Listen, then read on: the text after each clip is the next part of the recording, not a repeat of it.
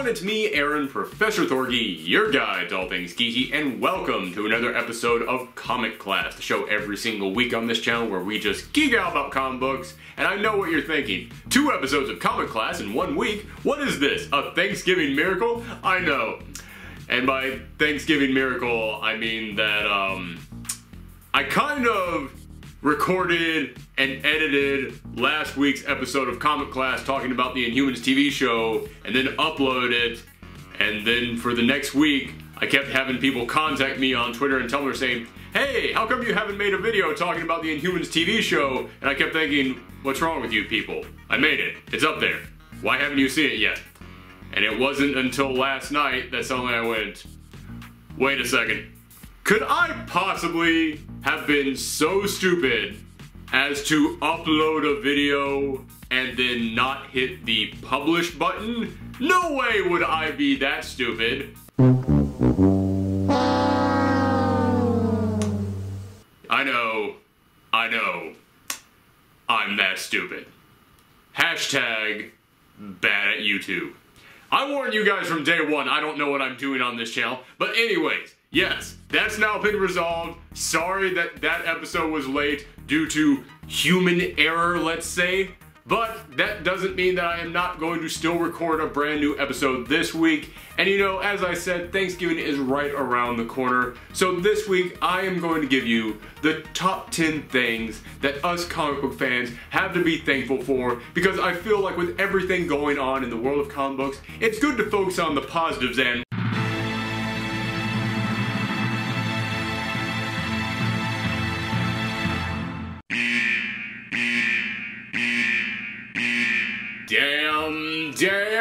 damn. Well, I tried.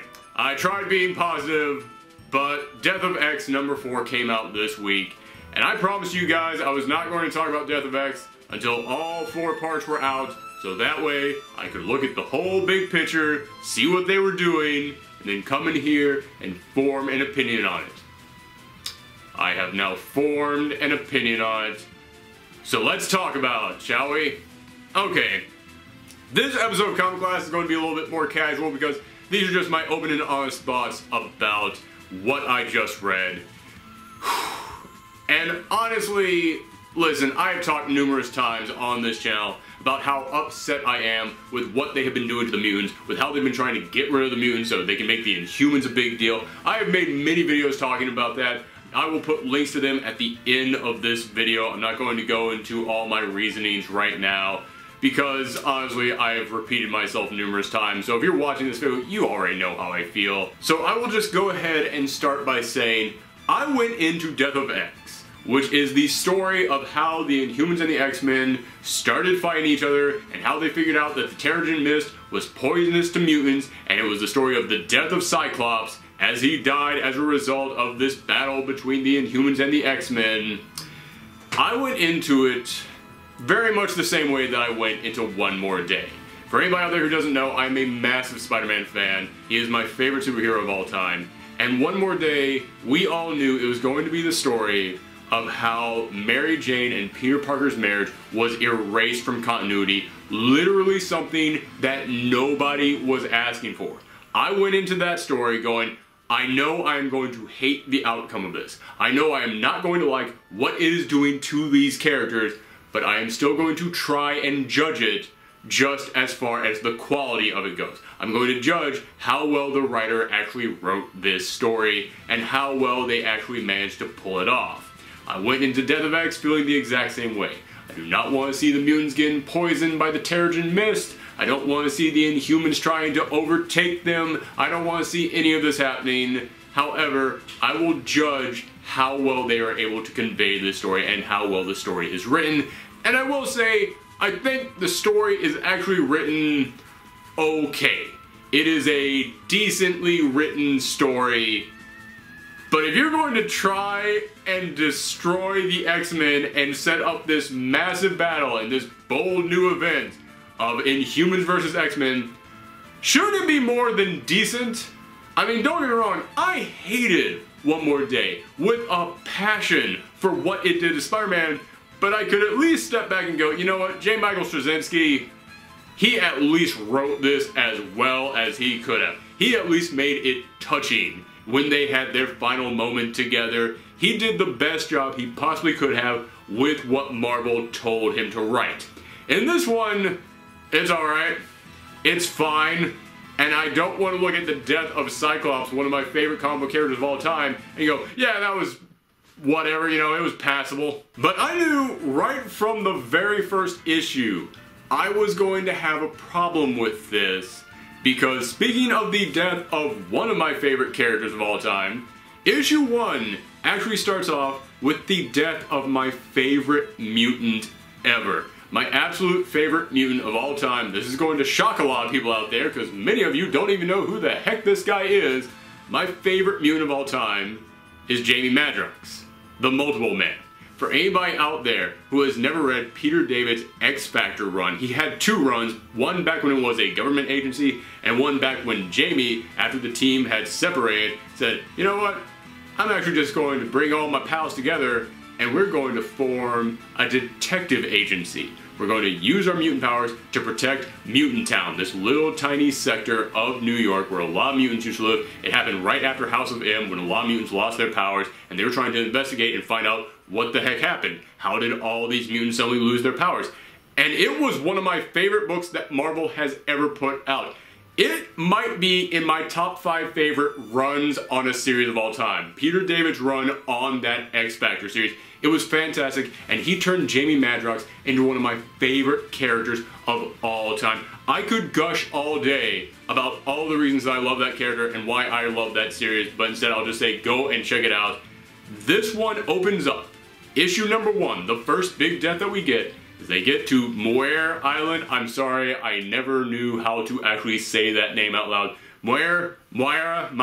It's Myra McTaggart's island, but it's M-U-I-R, I don't know how it's called. This, right here. Anyway, very first issue is Cyclops and his team going to that island, and they discover that all the mutants there are dead from the Terrigen Mist. They're all dying in the most painful way imaginable, and then they discover the one mutant that's still alive, and they uncover what looks like a mass grave of Jamie Madrox. Like all of his duplicates just piled up there, all just dying from the mpox. It's disturbing to see that. And then they go up and then there's one Jamie left alive and he goes, I'm it. I'm the original Jamie. I'm the last one alive. It's the Terrigen Mist that's doing this to us. And then he dies and he just fades away. And the moment I read that, I went, this is bull. Yeah, don't get me wrong. I know some people are going to come in here and say, oh, I'm very sorry that your favorite character died. No, no, no. That's not why this is bull. It's bullshit because he didn't die. Yeah, okay. Can I get one of these in here real quick?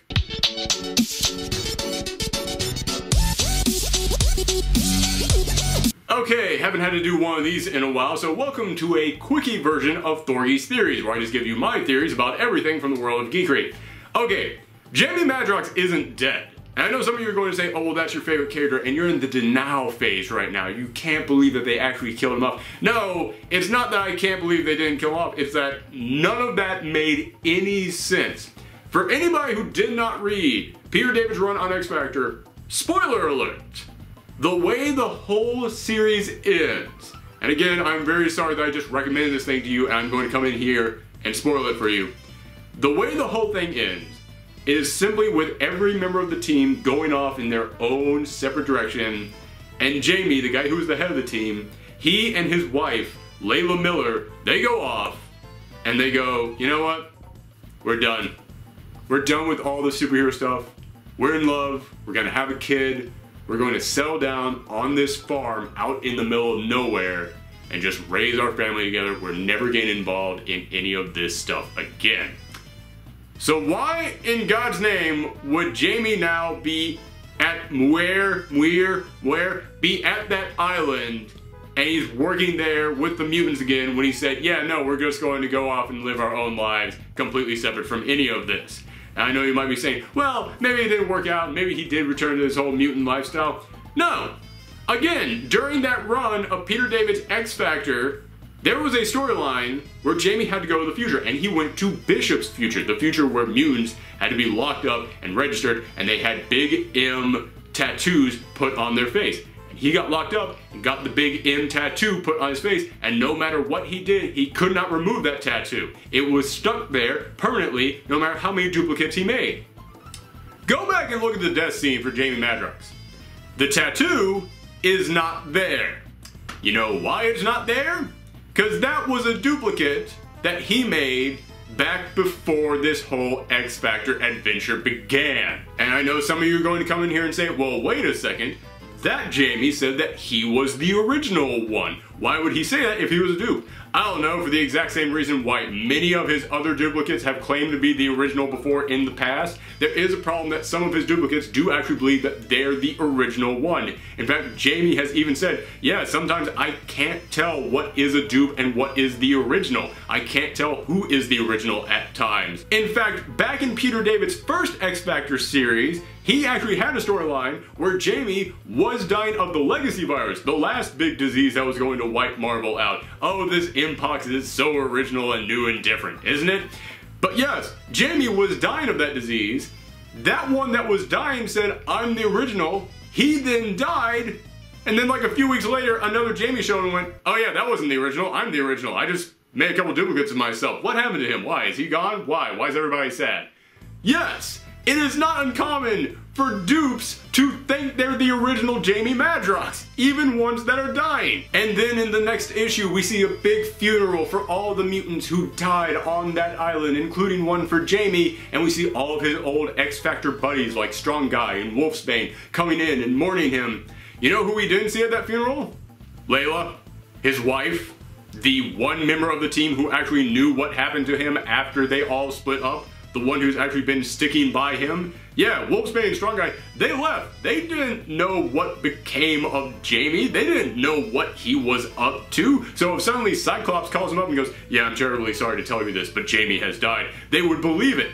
Layla, on the other hand, is just like, oh, hey, Jamie, my husband who is still alive and having breakfast with me right now. And for anybody out there who's going to say, well, what if the Jamie that you followed who got the M tattoo was secretly a duplicate the whole time? First off, throughout the X Factor run, there were numerous times where they actually proved that that was the real Jamie Madrox. And secondly, if the real one dies, then all his duplicates just disappear.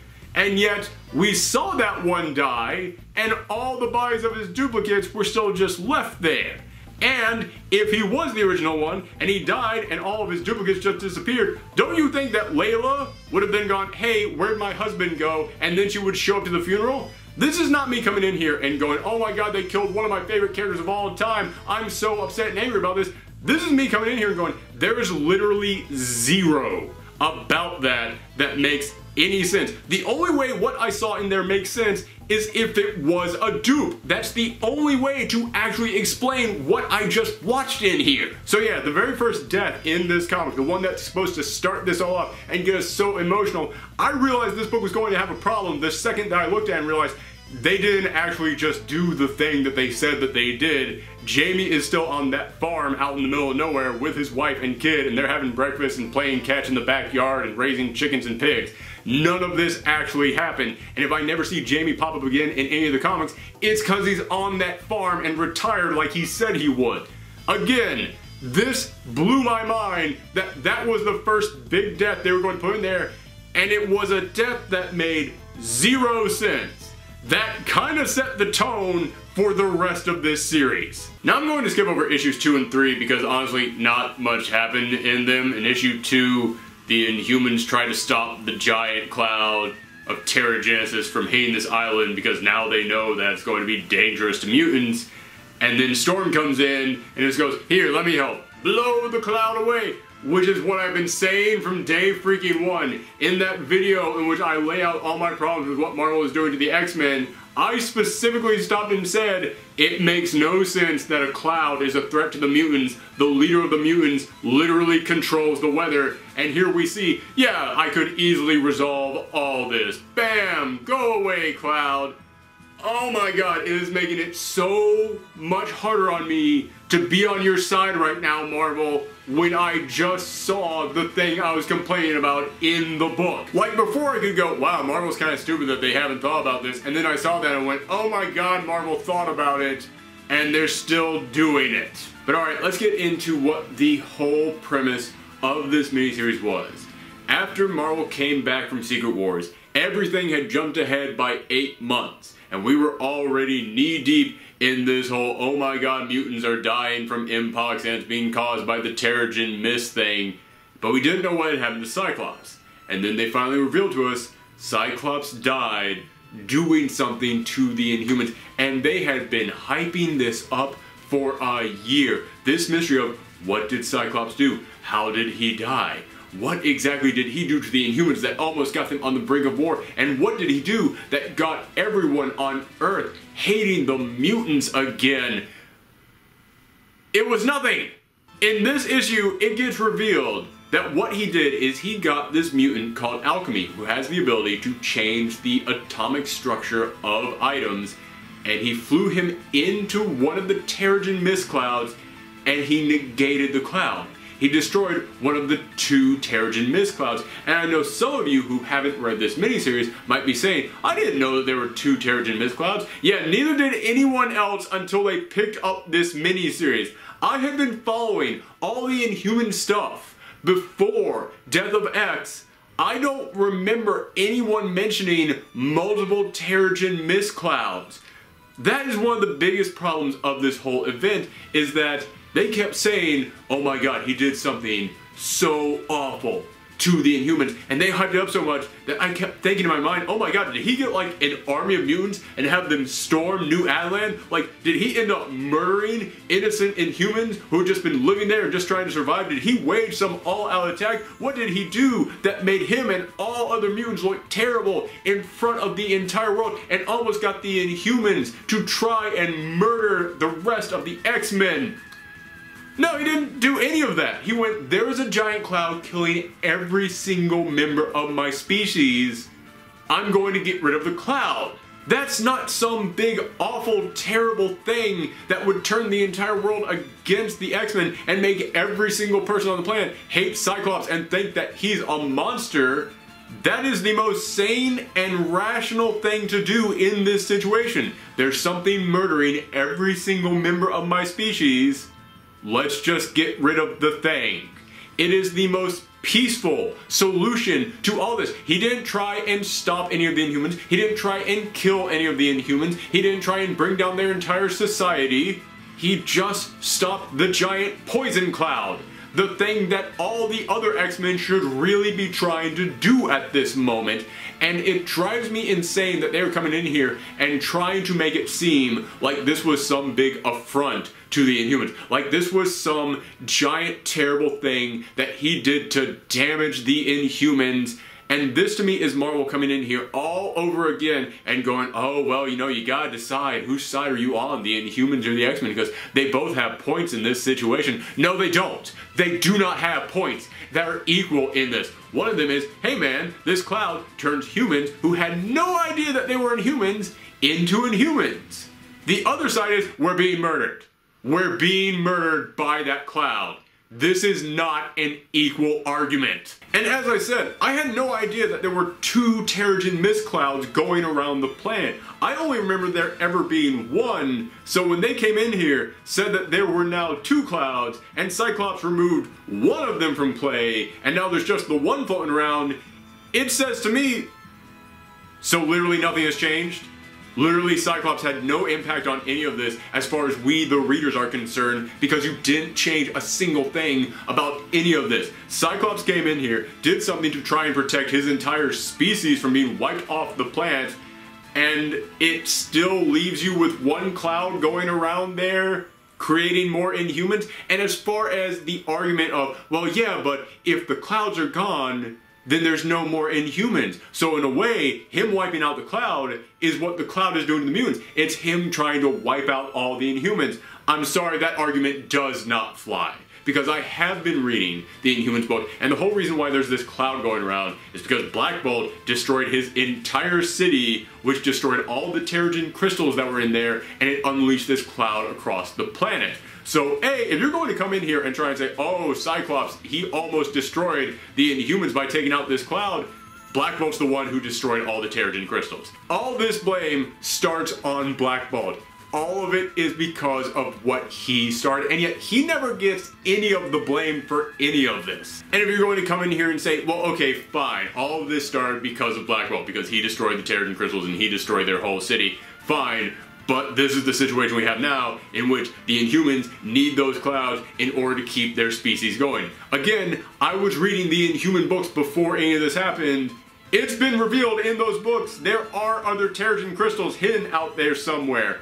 How is it that Beast or ISO or somebody working with both the X-Men and the Inhumans haven't been able to come together yet and go, hold on, why don't we just create a Dragon Ball style radar that just detects where these Terrigen Crystals are and just go collect a bunch of them up, then we can just get rid of the cloud. Or maybe, I don't know, we're super scientists, how about we figure out a way to contain this cloud so it's not just a roaming giant poisonous mist taking out mutants. We just put this giant cloud into something that we can contain and then take those containers in our ships across the world and just go, hey guys, anybody out there want to figure out whether or not you're an Inhuman? Well then just line up, we'll be here all day. You just pass through this mist. If you change, then great. If not, then you are not an Inhuman. It's as simple as that, and no one has to die, because if you're a mutant, you might want to stay away. It's as simple as that. This is probably the worst I've ever ranted about something, and I just had to take a moment to stop and go, this isn't even nearly the worst book I've ever read.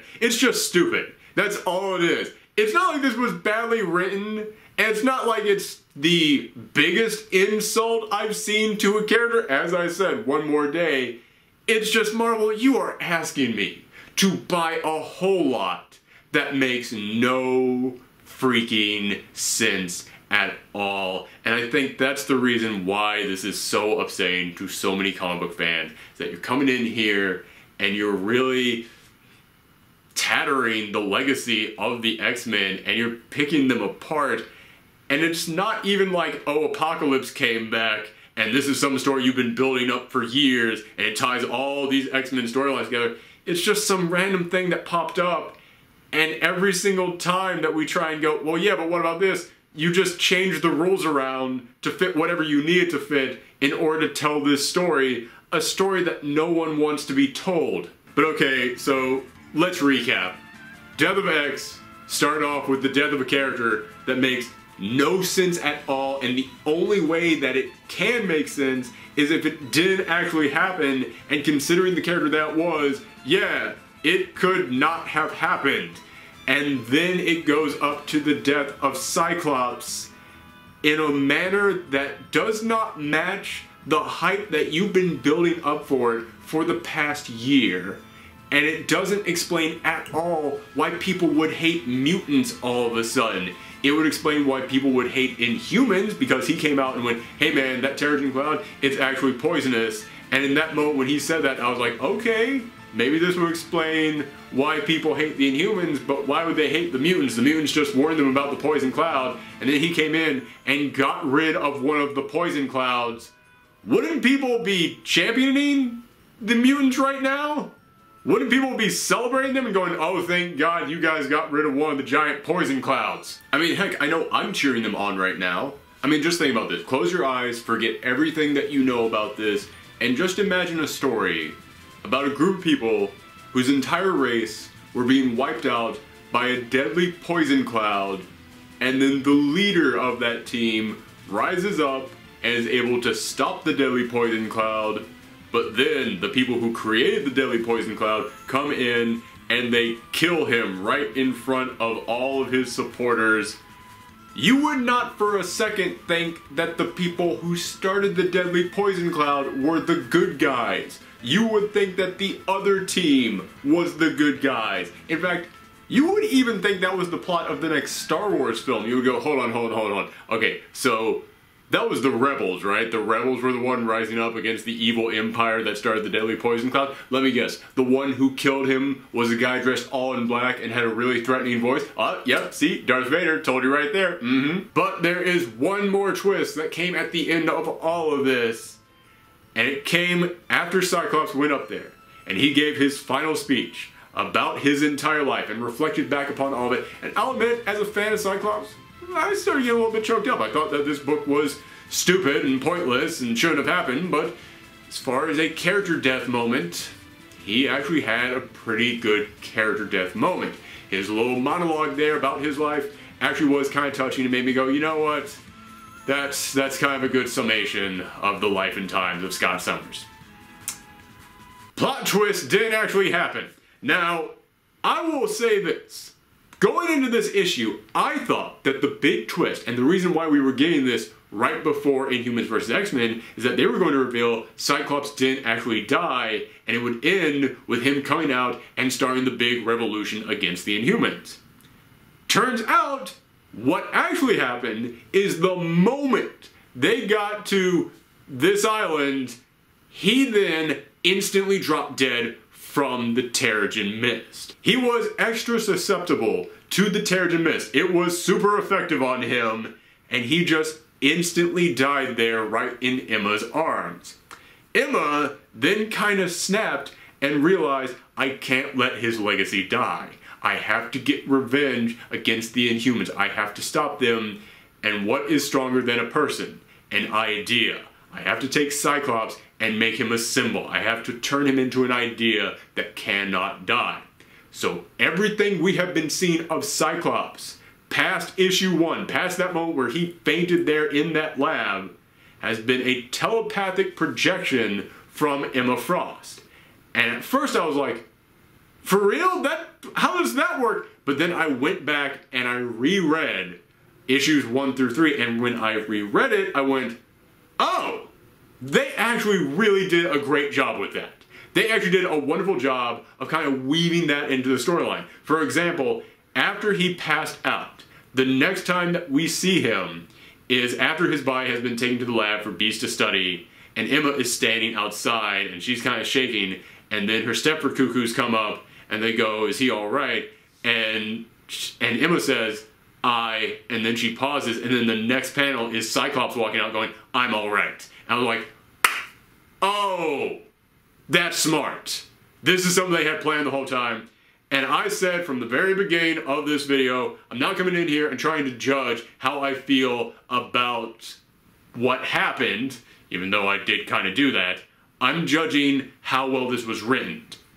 That was actually written pretty well. They actually wove that into the story pretty darn well. And also, Emma started off as a supervillain, and Cyclops was the only person who she ever really cared about other than her students.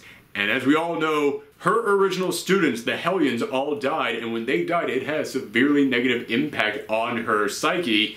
So yeah, seeing this happen to Cyclops, and seeing that these mists were the cause of it, and seeing that the Inhumans were just like, that sucks to be you guys, I can totally understand why she would then go, I need to revolt against the Inhumans. I need to do something which forces people to fight back against them. So, yeah, it kind of takes away the impact I felt from that big speech that he gave right before he died. But at the same time, it makes me look over at Emma and go, yeah, this is what you do. I can totally understand you doing this. And also, when you go back and you reread it, they wove it in there pretty darn well. So I do have to give them credit for that. However, again, I would just like to remind everyone, just because I am giving them credit for something that they did in this series, doesn't mean that overall it wasn't really dumb and didn't end up making hardly any sense. And in the end, all this was just another straw on the back of the X-Men franchise. And I'll be honest with you, I don't know how many more straws you can put up there before it breaks. However, after Inhumans vs. X-Men is all over with, I am really hoping that the X-Men are indeed going to come back. I already made a video talking about all of those resurrection teasers we've been seeing for the X-Men, and they've been filling me with hope. I still have that slight fear that they're going to turn all the mutants into Inhumans. However, we have now started to hear people at Marvel refer to them as mutants. Granted, that could have been a slip of the tongue and they just weren't thinking about it, but it does give me some hope. Also this week we have started to see some teasers for the Inhuman books. They're coming out after Inhumans vs. X-Men is over with, and they get into Resurrection. And I haven't seen any X-Men on those teams, so I'm really hoping that they're going to come in here and go, mutants are different from Inhumans, and they're going to be separated now, they're not going to interact.